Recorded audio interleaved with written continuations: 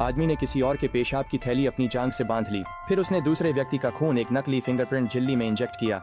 इसके बाद उसने उसे सावधानी पूर्वक अपनी तर्जनी उंगली पर चिपका दिया। इसके बाद उसे अपने शरीर को स्टील ब्रश से तब तक जोर जोर से रगड़ना पड़ा जब तक उसके शरीर पर मरी हुई त्वचा का एक भी निशान नहीं बचा। ये सब करने के बाद ही जॉर्ज काम पर जाने की हिम्मत कर पाया, क्योंकि काम पर खून की जांच से पहचान की पुष्टि होती थी और काम के बाद फिर से पुष्टि के लिए पेशाब की जांच होती थी। हर काम के सत्र के बाद भी जॉर्ज को कीबोर्ड को बहुत सावधानी से साफ करना पड़ता था ताकि उसका अपना जैविक पदार्थ वहाँ न रह जाए। हालांकि अभी भी सब कुछ खत्म नहीं हुआ था। अगले ही पल उस आदमी ने उस पर दूसरे व्यक्ति की त्वचा के टुकड़े छिड़क दिए। फिर जब उसका सहकर्मी ध्यान नहीं दे रहा था, उसने एक पहले से तैयार किया हुआ बाल कंघी पर रख दिया और यह बाल भी उसी दूसरे व्यक्ति का था, क्योंकि भविष्य के वर्ष 2026 में इंसानों को दोषपूर्ण और परिपूर्ण इंसानों में बांट दिया गया था।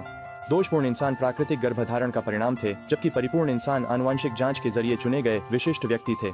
उनके शरीर मजबूत और दिमाग तेज थे। ये लोग उच्च स्तरीय करियर अपना सकते थे। इसके विपरीत दोषपूर्ण इंसानों को जन्म के समय ही डॉक्टर बता देते थे कि वे 30 साल से ज्यादा नहीं जी पाएंगे, और जॉर्ज भी अपने माता पिता के प्राकृतिक गर्भधारण का परिणाम था। भले ही वह हर दिन कड़ी मेहनत से व्यायाम करता था, लेकिन आनुवांशिक स्कैनर उसे अस्वीकार कर देते थे। अंतरिक्ष यात्री बनने के अपने सपने को पूरा करने के लिए उसके पास कोई और रास्ता नहीं था सिवाय दूसरा तरीका ढूंढने के। परिपूर्ण इंसानों के पास जन्मजात प्रतिभाएं थीं, फिर भी उनके साथ दुर्घटनाएं हो सकती थीं और इनकी आनुवांशिक पहचान समाज में कीमती संपत्ति बन जाती थी। और जॉर्ज ने इसी तरीके से अंतरिक्ष यात्री बनने का रास्ता चुना। लेकिन जैसे ही वह अंतरिक्ष में जाने की तैयारी कर रहा था, एक दुर्घटना हो गई। कंपनी के एक कार्यकारी की ऑफिस में रहस्यमय तरीके से मौत हो गई और जॉर्ज ने वहां से जाते समय गलती से अपनी पलक गिरा दी। जल्द ही पुलिस ने इस मामले की जांच शुरू कर दी।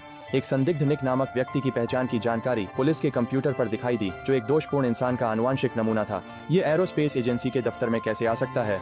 जांच के बाद उन्हें पता चला कि यह व्यक्ति पहले एरोस्पेस एजेंसी में सफाई कर्मी था, लेकिन वह 1 साल पहले अचानक गायब हो गया था। फिर वे उसके बारे में जानकारी लेने के लिए मैनेजर के पास गए। स्पष्ट था कि सुपरवाइजर को पूर्व जॉर्ज की बिल्कुल भी पहचान नहीं थी, जबकि वह आदमी वहीं खड़ा था।